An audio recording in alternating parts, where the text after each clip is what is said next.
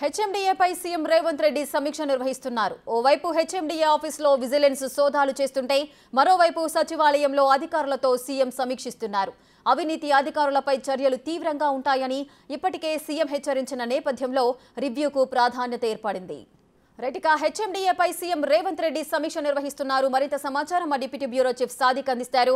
Right Sadiq, చెప్పండి. ఒకవైపు హెచ్ఎండిఏలో ఆఫీస్లో అయితే సోదాలు జరుగుతున్నాయి, మరోవైపు ఇప్పుడు ఇదే హెచ్ఎండిఏపై సీఎం రేవంత్ రెడ్డి కూడా సమీక్ష నిర్వహిస్తున్నారు. ఇది ఈ సమీక్షను ఏ విధంగా చూడొచ్చు? ఒకవేళ ఈ సమావేశంలో ఎవరెవరు పాల్గొంటున్నారు?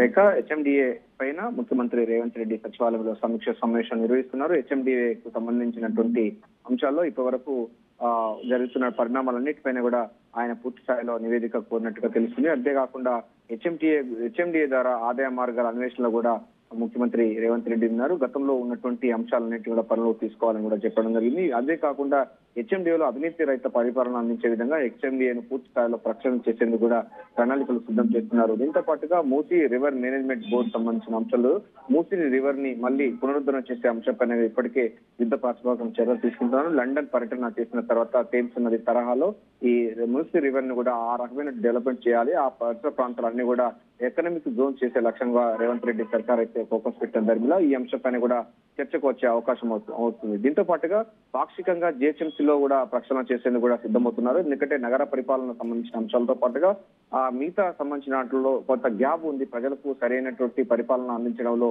ఆ జిహెచ్ఎంసీలో అనేకమైనటువంటి ఫిర్యాదులు వస్తున్న నేపథ్యంలో జిహెచ్ఎంసీ ప్రక్షాళన కూడా ఉంటే అవకాశం అయితే మనకు కనబడుతుంది. హెచ్ఎండిఏ ఆదాయ మార్గాల ద్వారా పూర్తి స్థాయిలో కూడా ఫోకస్ పెట్టినట్టుగా అయితే మనకు తెలుస్తుంది. ఇప్పటికే హెచ్ఎండిఏ ద్వారా భూములకు సంబంధించినటువంటి యాక్షన్స్, దాని మీద పురోగతి ఎట్లా ఉంది, గత ప్రభుత్వాలు ఏం చేస్తాయి, ప్రస్తుతం అమ్మకానికి ఉన్నటువంటి ప్రభుత్వ భూములు కానీ లేకపోతే ఇతరత్ర సంబంధించిన వాటిని లీజుకి ఇచ్చే అంశాలన్నిటిపైన కూడా ఈ రోజు సమావేశంలో చర్చకొచ్చే అవకాశం అవుతుంది. దీనికి సంబంధించిన అధికారులందరూ కూడా ఉన్నతాధికారులందరూ కూడా హాజరు కావడం జరిగింది. హెచ్ఎండిఏ కమిషనర్ తో పాటుగా ప్రిన్సిపల్ సెక్రటరీ అందరూ కూడా హాజరవడం అనేది జరిగింది.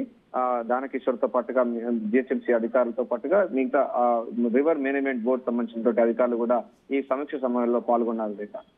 Right, thank you Sadiq.